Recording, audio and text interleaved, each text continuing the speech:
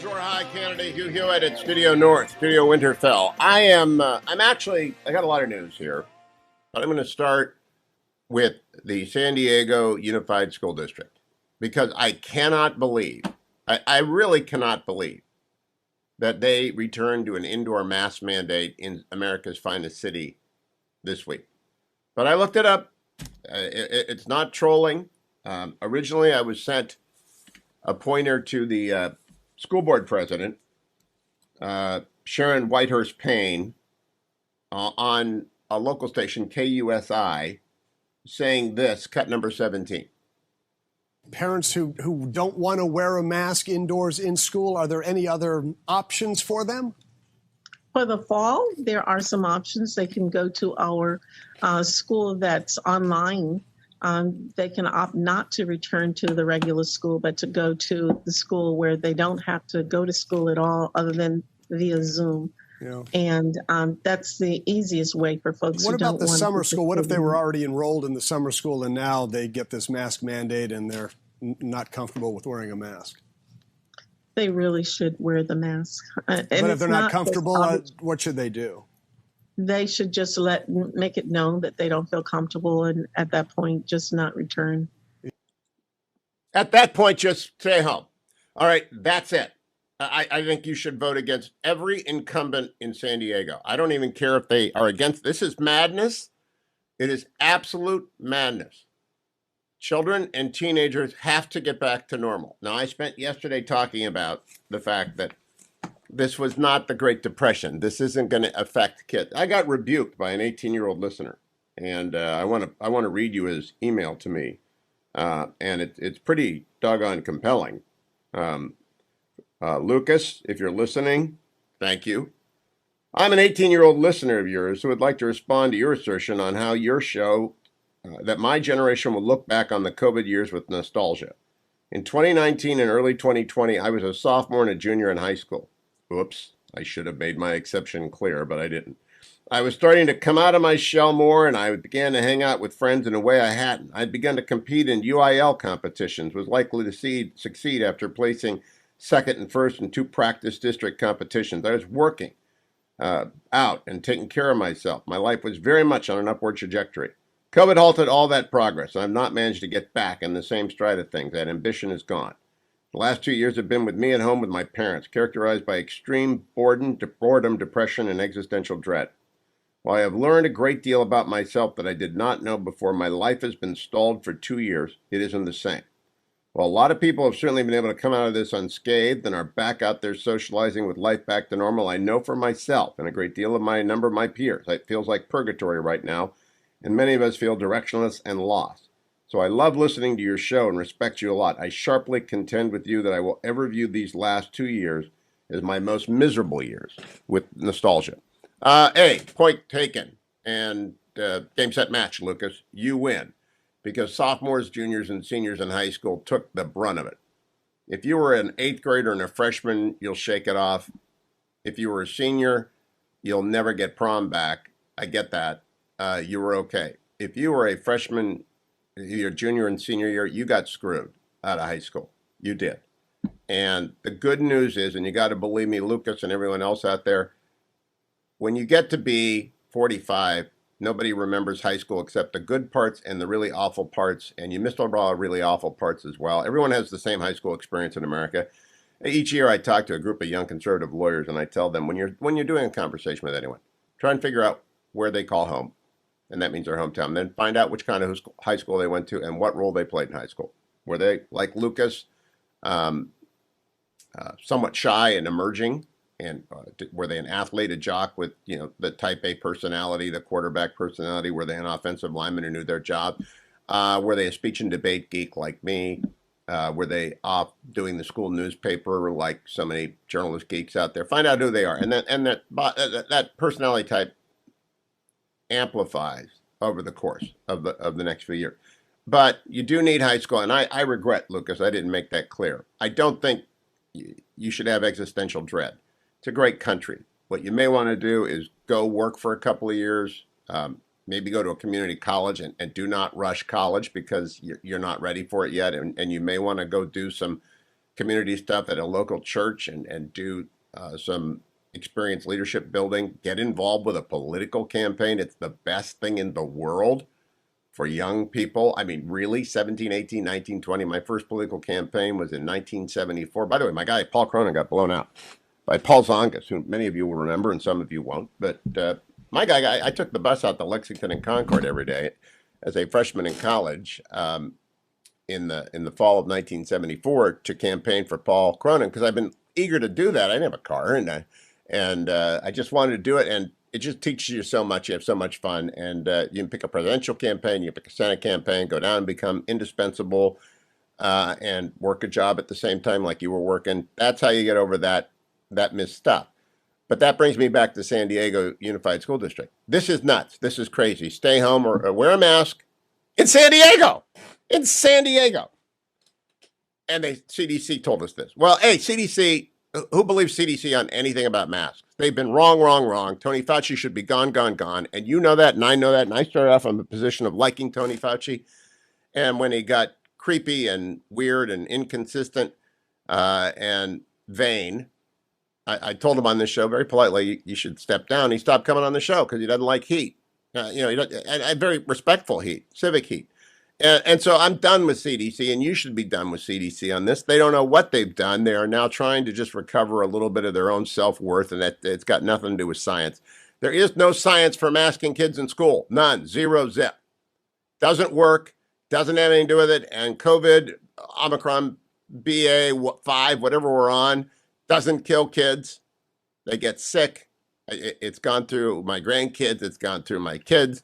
It's if you're healthy, there are some children who can't go to school, but making a mask mandate is, again, just blowing yourself up. And I blame the superintendent and fire everybody in the school system of America and dismantle it. Now, if you're in California, you're going to have to move because the teachers union controls California.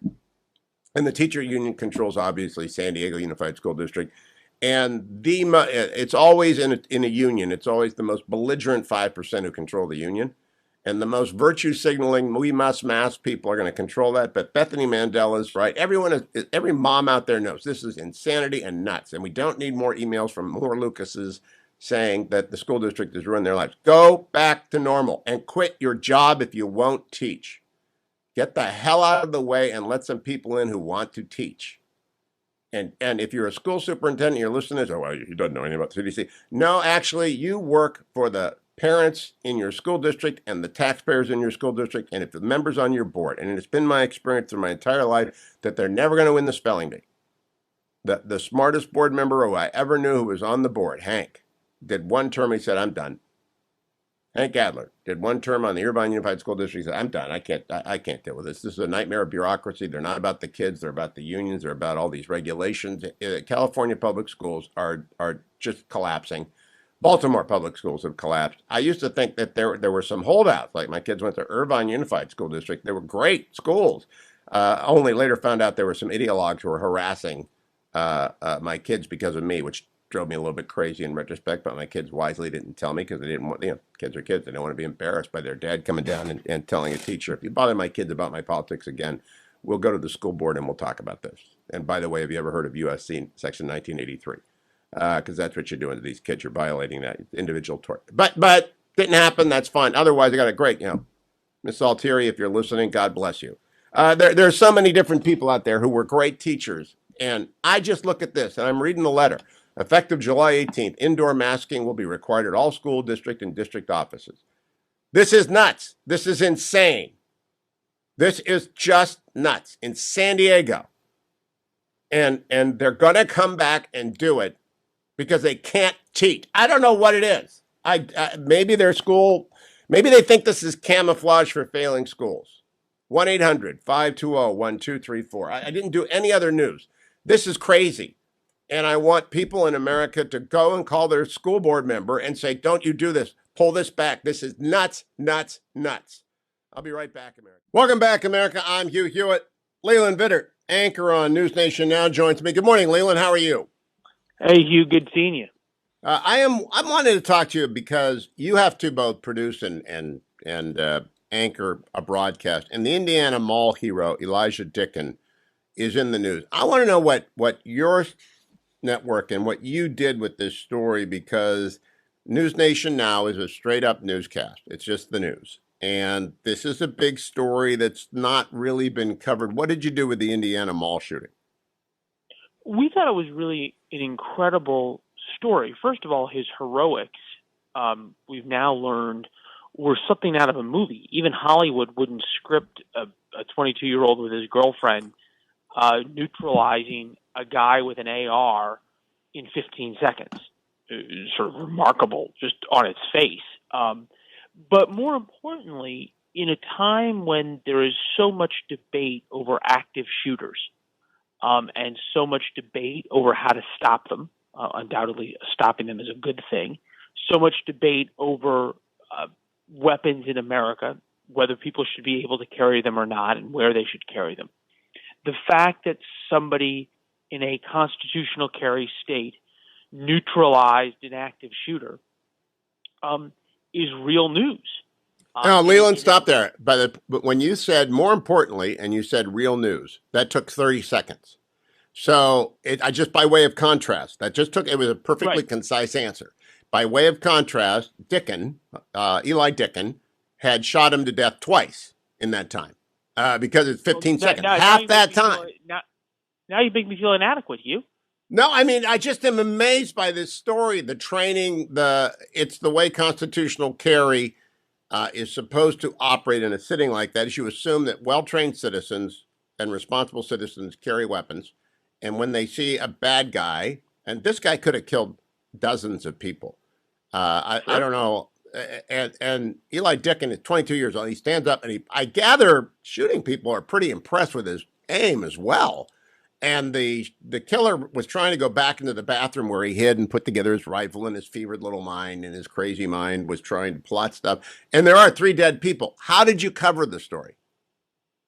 We covered it simply as a straight news story. But I mean, what happened?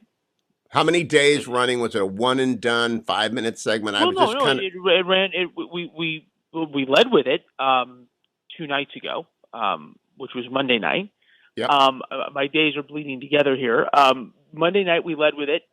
We had on Tony Katz, who's an Indianapolis radio host. And I think we also pointed out that a number of the other networks weren't covering it, and we don't do media criticism as a rule because journalists make lousy media critics. But the fact that, for example, the press conference where the police came out and talked about Dicken and his heroics and him stopping the active shooter and what happened, CNN didn't even cover. They didn't take it. And you have to think, and we've said this before, that the reason they didn't cover it is because it's not politically convenient. It doesn't. Yeah, they're trying to bend the narrative. Let me play for you that police chief, Jim Eisen is his name, in Greenwood, after the heroic action of Eli Dicken, cut number 16. I will say his actions were nothing short of heroic. He engaged the gunman from quite a distance with a handgun, was very proficient in that, very tactically sound.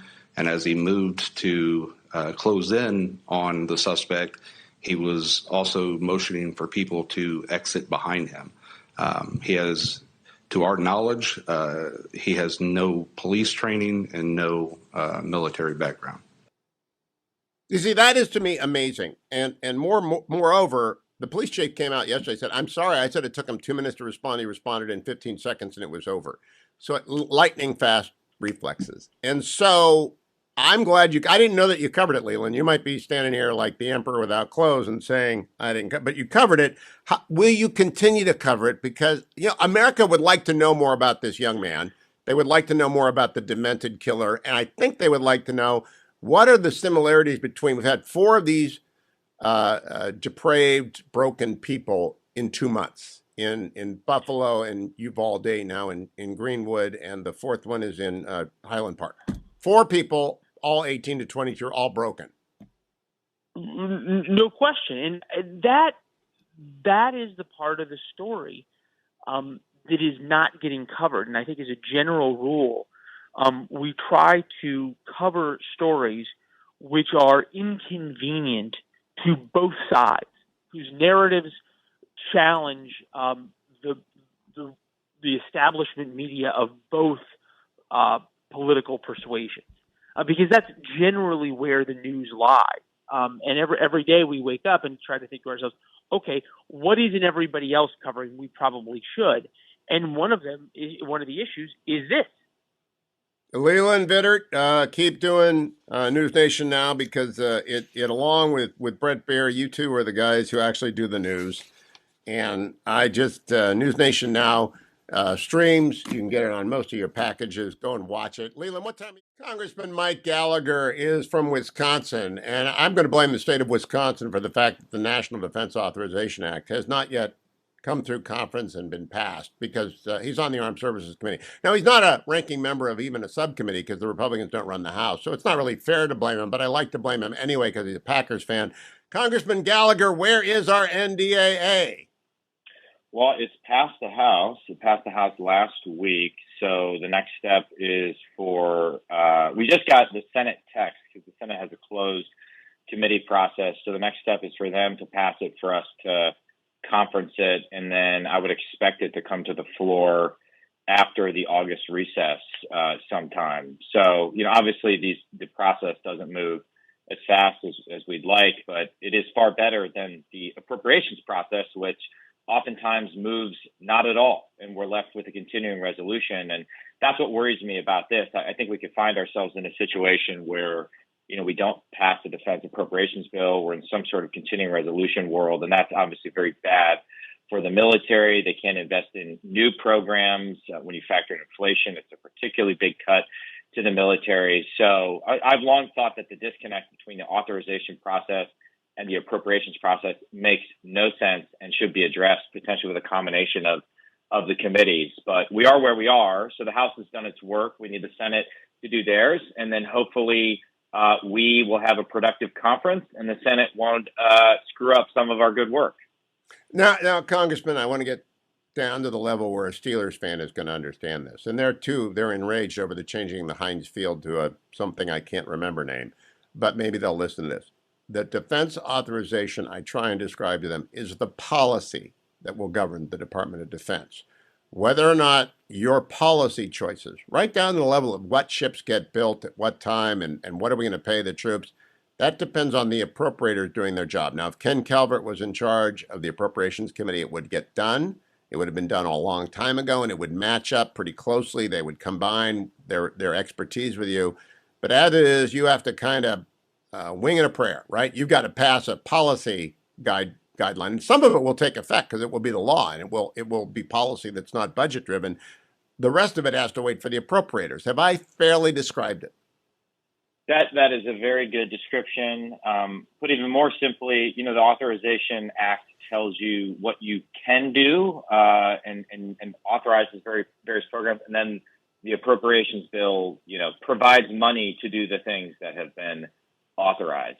Again, this division goes back to the very early days of the Congress when John Quincy Adams was a member of Congress, and it made sense at the time as a way to prevent a lapse in funding for government. But I actually think the opposite is true now, where the disconnect actually produces gridlock, dysfunction, and a lapse of funding. So I've actually in the past signed on to a provision that would combine all the appropriations committees into the authorization committee, simplify them, make them more tailored to do oversight of the executive branch agencies. And if you look at the past rounds of productive congressional reform, particularly those that took place in the mid-1940s under the leadership of a Wisconsin senator at the time, I would note, it has involved this process of consolidating the committees, making them more coherent. But since then, we've gotten a little bit out of control. And we find ourselves often in these jurisdictional fights between,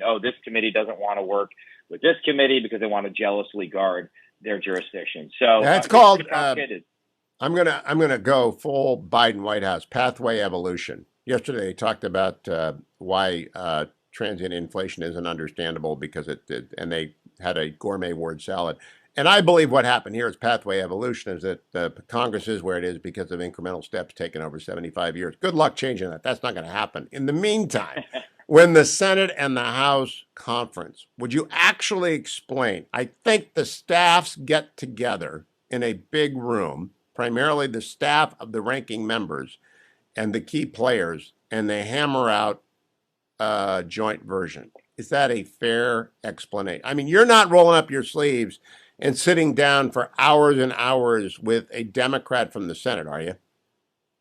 No, unless there are particular provisions that get a little bit that become a subject of debate or are particularly important to certain members. For example, myself and Joe Courtney, a Democrat on the committee, worked on a provision that would allow the Brits and the Aussies to be considered part of our defense industrial base for the purposes of the Defense Production Act. The idea is to combine all of our productive power and our technological expertise to shore up our supply chains and improve the health of our collective defense industrial base.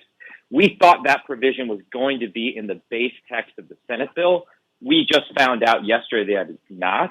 So we're going to be working to ensure that it is, because we think it's particularly important. And if our staffs can't reach an agreement on that provision, we aren't simply going to accept the Senate saying no. Then we will personally engage, as we are doing proactively with key members, to ensure that we can get to a good outcome on that. So there are instances in which the members get engaged. Now, I want to talk about fleet structure. I've got a buddy who's a retired Marine, two-star, who tells me that the littoral combat ship is worse than an embarrassment. You can lose them all and not in any way lower our military efficacy. I point out that they provide opportunities for people to be captains and commanders, and that at least it's a training ship, right? I know it's a complete waste of military money, but it's out there. And I don't know the answer because I am a civilian and I don't do what you do and get into this. But there are differences of opinions about what to do with the LCS and how many submarines to build and all that kind of stuff. Does the NDAA decide that, or do the appropriators decide fleet structure in the end? Well, the NDAA has authorized a certain number of ships and indeed said to the Navy, you cannot retire this number of LCS, but you still need money to operate these ships. And so the appropriators need to fund a certain amount for the Navy in order for us to authorize these ships. But the Navy, because if the NDAA passes in its current form, wouldn't be able to decommission the LCS, even if the budget never gets passed or if there's a continuing resolution. So the answer is that it's both. To get to the broader question of the utility of the LCS, yes, the program has had numerous problems. Yes, you could write a whole book about the lessons learned, mission creep, the not having a stable design, et cetera, et cetera. However, we've spent a lot of money on these ships. People in the fleet are using them and finding them to be useful. They've been deployed to places like Singapore to great effect. If you can figure out how to put a naval strike missile on the LCS, suddenly it becomes a pretty lethal asset. Oh, yeah. If you can get the hypersonics, I was about to go to hypersonics because Raytheon successfully tested the second test in a month and Lockheed got 1 out of 2. We're going to have a naval counterpart to that fairly soon. If you can reverse engineer more cheaply the structure of the ship to carry hypersonics, all of a sudden they're worth something, aren't they? They're definitely worth something. And my view is this, Hugh. I believe we are in the window of maximum danger. I believe the odds of a confrontation over Taiwan are going up every single day. I think they increase dramatically come January 2024 when we have an election in Taiwan, and then we enter a presidential election cycle when we will be distracted. We are going to go to war with the Navy we have today. And so we just can't afford to be shedding fleet structure right now. And the Navy's plan, such as it exists, would take us down to our lowest number, would just really bottom out the fleet at the worst possible moment. Oh, I agree with that. 2027, precisely when the Chinese have set their goal for being most ready to take Taiwan. How granular? In the window that we have, it's called the Gallagher window, and we're running out of time. In the Gallagher window, can you get down to the level of directing the Navy to make port calls in Taiwan? Because one very useful purpose for the LCS is to send it to Taiwan and park it there, so that the Chinese know they're going to have to hit some American ships if they go for Taiwan. That's Hugh Hewitt, amateur idiot. when it comes to grand global strategy. But can you get down to that level? It's actually a process question in the NDAA, directing port calls.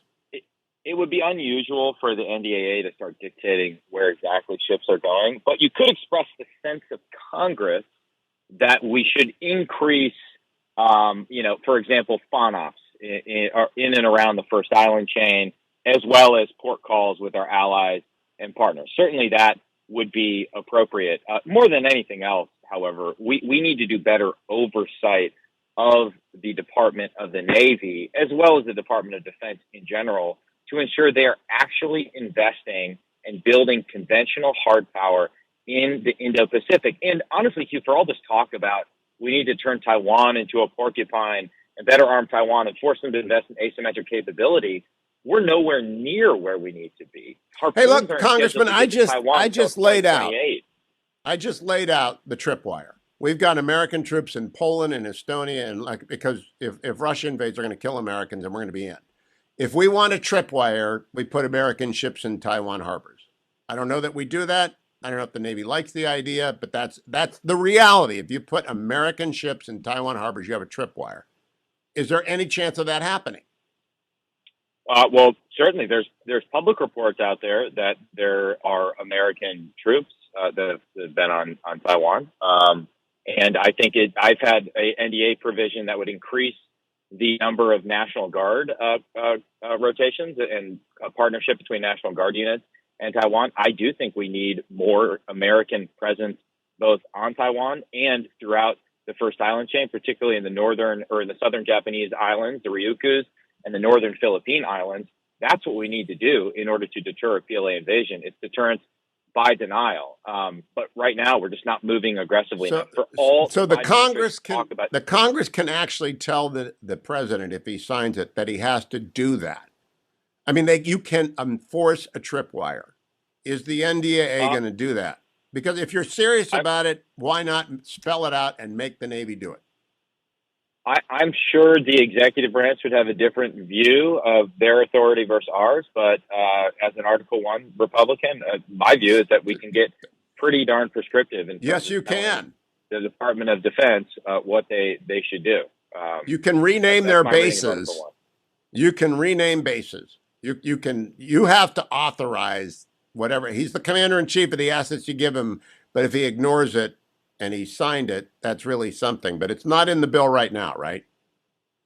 National Guard nothing that prescriptive. Nothing that prescriptive is in the bill right now. Congressman, I'll tell you, you guys, if you want something, you got to spell it out. You want something. That's why we need a Republican majority. We need a Republican. Yes, we do. If you want something, you have to use big block capital letters for Joe Biden so he can read it on the teleprompter. Congressman Mike Gallagher, always a pleasure. Rep Gallagher on Twitter. Rep Gallagher on Twitter. Also, morning glory, America. Bonjour, hi, Canada. Detective Tom, listen in. Michael Shear is back. He is chief White House correspondent for the New York Times, longtime guest on my show. Good morning, Michael. How are you? Good morning. Doing well, thanks. Because I assume you do not listen to every minute of the Hugh Hewitt Show, I have to tell you about Detective Tom. Detective Tom is one of my favorite callers, been on the streets of Oakland for a couple of decades, usually listens coming home from the overnight shift on the mean streets of Oakland. He does not like you. And he called me up last week to assail me for having on a New York Times reporter because you're not fair. And I said, well, no, Baker and Shear are actually like Dan Ball's down the middle guys. They're just telling you the fact. And he went railing about your paper. And I want to know how, I don't ever attack anyone I've worked with. I never attack Salem. People have different points of view on Salem. People have different points of view in the New York Times. But how often do you get that you, Michael Shear, must bear the burden of the entire New York Times brand? Well, I mean, I think it's like anybody who works for a high-profile institution, right? And I think the New York Times qualifies as that. As you say, people have different opinions, and frankly, the paper is filled with different kinds of people, right? There are opinion writers who I often receive emails about, from people who disagree with their opinions. That's fine. That's people's right to do. There are obviously writers in all different topics, and there are photographers, there are graphics arts people. I mean, there are editors. There's so many different people, and of course, if you're a writer like I am, as a covering a high-profile beat like the White House, you're going to get that kind of response, and I just sort of assume that's part of the job. Part of the job. And we said this is the business this is the profession we have chosen. Famous line Right. from Godfather Part 2. All right, so today's New York Times has a headline. And I'd like you to comment to the extent that you can, and if you wave it off, because I wouldn't do this if someone said, today on Salem, Mike Gallagher said this. I would say, well, that's Mike's show and I didn't hear it. But this is what I said earlier. Stephanie Lai is the reporter. The headline, which she does not write, House moves to protect same-sex marriage from Supreme Court reversal. The first graph is the House on Tuesday passed a bill that would recognize that same-sex marriage is at the federal level, with a bipartisan coalition supporting a measure that addresses growing concerns that a conservative Supreme Court could nullify marriage equality. I believe that is objectively not true. The headline is that there is no threat because the Supreme Court has no case, nor is there any pending at any level to overturn Obergefell. We have a Justice Thomas concurrence with some dicta saying, we ought to revisit Obergefell someday. That's not a threat. That's dicta. But growing concerns is absolutely fabricated. So I have real problems with this story. Now, you don't want to comment, and I don't expect you to comment on whether or not I'm right, but will you comment that the headline does not come from the reporter? Can you confirm that for me? Yeah, generally speaking, reporters don't write their headlines. Generally speaking, that's the purview of editors and what used to be called the copy desk, but is a series of edits that the story goes through as it heads towards publication, and usually those are written by editors. As you say, I mean, it's not for me to argue or to make the case for somebody else's piece. I guess right. I would highlight for you what you've already highlighted, which is, Justice Thomas's comments in his concurrence that he suggested that would be a natural next step. And I think, the question of whether there or not there is growing concern is probably dependent on kind of what community you're speaking of, right? There's probably growing concern in some communities in this country, and by community I don't mean a city or a state. I mean, in some parts of the country and among some people in the country, there's probably growing concern, and in others maybe not. There's a growing concern that the lizard people are taking over. There's a growing concern that Mark Zuckerberg runs elections. There's a growing concern that the planet isn't going to exist for 25 years. There's a growing concern that I have too many stations and people. Mike Gallagher, my colleague, has a growing concern that I'm more popular than he is. I mean, everyone's got growing concern, but doesn't make it a growing concern, Michael. Do you personally, forget the story, does Michael Shear have any evidence of a growing concern that the Supreme Court is going to reverse Obergefell? I don't know if I have evidence that a concern is growing. I can tell you that I have had conversations for reporting that I've done and for stories that I've written, that when I talk to some of the people who are supporters of Roe v. Wade and supporters of what they would call abortion rights people, that they frequently do mention that concern. They frequently have mentioned to me, and again, this is just obviously a small sample, but they have mentioned to me that one of the concerns that they have is that the court, as currently constituted, should it get a case, and they worry that they eventually will get a case, that the court would go in that direction. Objectively speaking, I know that the abortion rights advocates are out there using Obergefell as a whip to try and generate support for being mad at the Supreme Court. Objectively, I know that to be true because they've told me that. I've had those same conversations. And objectively, I tell them that's absurd. That's idiotic. There is no case pending. There is one justice who said one thing that's not even very good dicta.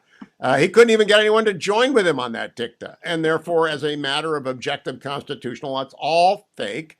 And it's a political moment. And the good reporter would say, Democrats are attempting to gin up support for abortion rights, by engaging other communities who fear repudiation of substantive due process, and it's not working. That's the objective statement. But I would say, Hugh, that there is a history here of similar kinds of responses as the ones you're offering to when it came to Roe v. Wade in the first place, right? There were people years ago, as you know, it's been 50 years. There have been people in the past that have said, "Hey, we're worried that Roe v. Wade could be overturned," and the response has often been from, say, people on the other side, "Well, that's ridiculous. There's no case. There's no, Michael, I would challenge you to find anyone ever saying that, because the fight against Roe has been ongoing and it never lapsed. And in conservative legal circles, there have always been people from the first dissenters to the yesterday before Dobbs, the day before Dobbs, who have said it's bad constitutional law. I've taught these cases for 25 years. I've always said bad constitutional law, and it will be out someday, like Plessy v. Ferguson. Separate but equal is as bad as trimester analysis in Roe and Casey analysis of undue burden. And it's never gone away. That's different from this. So I think objectively, this is not your beat. I talked to Nina Totenberg tomorrow, and I'll play it in September after her book comes. There's just no objective basis for worrying about Obergefell. And I do think that Detective Tom's going to call me up and say, "You let Michael get away with this. I should have pushed you on this," that the Times is basically peddling the Democratic line in this story. Well, again, I'm not going to get into a defense of somebody else's reporting or whatever. Yeah, and I know, and that's fair. The question that you raise of whether or not there is a sort of growing concern, or that sometimes can seem like lazy language, and I get that. But I would push back a little bit on the issue of is there a legitimate story to be told, and should a newspaper tap into that and tell our readers about people who are concerned, and I'm not going to quantify that because I don't know what that quantification is. I don't know how many there are, but that they are concerned about the dominoes that could fall from the ruling of the Roe v. Wade ruling. And I don't. Let me go up to 30,000 feet in our last minute. Gallup had a poll yesterday. Confidence in the media is down to 16%. There was an objective way to report a newsworthy item, because it's newsworthy that same-sex marriage rights are going to be codified in federal law, and it may happen. They may actually get 60 votes. I think it might happen. That's an objective story. Characterizing why they are doing it is not objective. Because I would have said, because Democrats are trying to exploit in the middle of a midterm tsunami coming at them. In other words, if they just had reported the facts, there wouldn't be a discussion here. Isn't that the better way to go if you're going to put a news item on the front page of the New York Times? Look, I don't disagree. I'm as you said at the beginning, I'm a just the facts kind of guy, but I also think reporting motivations is important, and I think that's what we need to do that, but we need to do that carefully. Michael, you never disappoint me because you are a good professional at doing your job. Thank you. That's the last time I'll harass you. But Detective Tom, that one was for you, buddy. Don't go anywhere, America. I'm Hugh Hewitt. I'll be right back. San Diego is masking kids. I really cannot believe that. Stay tuned. Welcome back, America. I'm Hugh Hewitt. You may remember my next guest, Alek Skarlatos, is from Oregon. He's running for Congress there. But you'll remember him from 7 years ago, last August, when he and some buddies were coming home, where they were going to Paris on the bullet train, and they stopped a terrorist attack that would have killed a lot of people. Alek, welcome back to the Hugh Hewitt Show. It's great to talk to you. I love the movie, but I love more that you're running for Congress. Clint Eastwood's a great guy to make your story, but tell us about your congressional bid and how people can help you. Well, thanks so much for having me. I decided to run for Congress. I actually ran last cycle against a 36-year incumbent. We came up just short. And unfortunately, after seeing the direction our country was headed, I decided I couldn't sit on the sidelines and I had to do it again. And since then we've had disaster after disaster, starting with the Afghanistan withdrawal. I served in Afghanistan, and seeing what happened there honestly just pissed me off. I felt like I had to do something after that. And since then we've had runaway inflation, rising gas costs. This is a very rural district. We can't afford these increases in gas prices or inflation. So I just felt like I had to do something and had to get involved. Now, Alek, where is Oregon's 4th congressional district? I want the whole country to know, and then give us the website as well. You're talking to a bunch of people right now, and they will want to support your campaign. And I don't have on many Republican congressional candidates, but I think Oregon 4 is winnable. Tell us about the district. Well, it's absolutely winnable. It's about 70% of the Oregon coast, which is very blue collar. It's also timber country in Roseburg. And then we have the 2 college towns, Eugene and Corvallis. It's a D+4, so it leans Democrat by 4 percentage points, but of course Republicans are up by about 4 percentage points on the generic ballot. So it's going to be a very, very close race. We're going to take back the House with or without me. I just want to be a part of it. And frankly, Oregon needs the help. But the website is alekfororegon.com. That's ALEKFOR, Oregon.com. Alek, ALEKFOR, Oregon.com. If you want to get involved, help him, you can contribute at alekfororegon.com. Now, Alek, you've got the crunchy, crazy people, right, in Corvallis. Crunchy, crazy Corvallis. I've been there. Eugene, you've got all the people in their Nikes running around. They're lefty, too. How do you make up for that, 2 crazy college communities? Not one, you got 2. Well, absolutely. It's definitely tough, but we're trying to run on issues that everyone cares about. I mean, I don't care how politically involved you are or aren't. You know how much you're paying in gas. You know how much inflation is hurting you. This is also the poorest congressional district in the state, and we've had 40, 50 years of one-party rule. I mean, you don't have to be a rocket surgeon to figure out that there might be some correlation there between the party that's running your state, your congressional district, and now your country with your overall economic situation. And so that's really what we're running on. I mean, and like I said, the district is very rural outside of those 2 college towns. And so it's really going to be the entire district versus the city of Eugene. And even in Eugene, the suburbs and the outskirts of that city are very conservative leaning, and we're hoping to pick up a lot of votes there as well. I hope the NRCC is with you, Alek Skarlatos. I got to tell people I'm going to start using rocket surgeon. I know that's a great conflation of brain surgeon, rocket scientist. I'm going to start using rocket surgeon because Dwayne says I don't know anything about science and mechanical stuff, but I actually think I'm a rocket surgeon on that stuff. Alek, in terms of getting people to cross over from blue to red, I mean, Oregon really is a whacked out state. How many of them will talk to you, and does it help to be a hero? I mean, definitely doesn't hurt to be a hero, but a lot of people will talk to us. I mean, people are always open to having the conversation. A lot of people just want to feel like they've been heard. And again, for about the last 40 years, I think a lot of people have felt like they just haven't had a voice because Democrats have gone so far left in Oregon. They've actually abandoned the people in the middle. And so it's an opportunity for Republicans like myself to pick up those voters and earn their vote. And also, not to mention in Oregon, we've had redistricting this last year. So they've made multiple congressional districts just lean lightly blue instead of giving the Republicans one safe district. So we actually have the opportunity to pick up 2, maybe even 3 congressional districts out of Oregon if we run good, well-funded, well-organized campaigns. And we're definitely planning on that. By the way, I like the fact you've run before. Second time around candidates are better than first time. It's like training for anything, right? The second time you do it, you're smarter, you're better, you're faster, and you are better equipped to run now. I am very curious about the NRCC. Have they come in for you already, or are they waiting for the primary to be over? What's the status?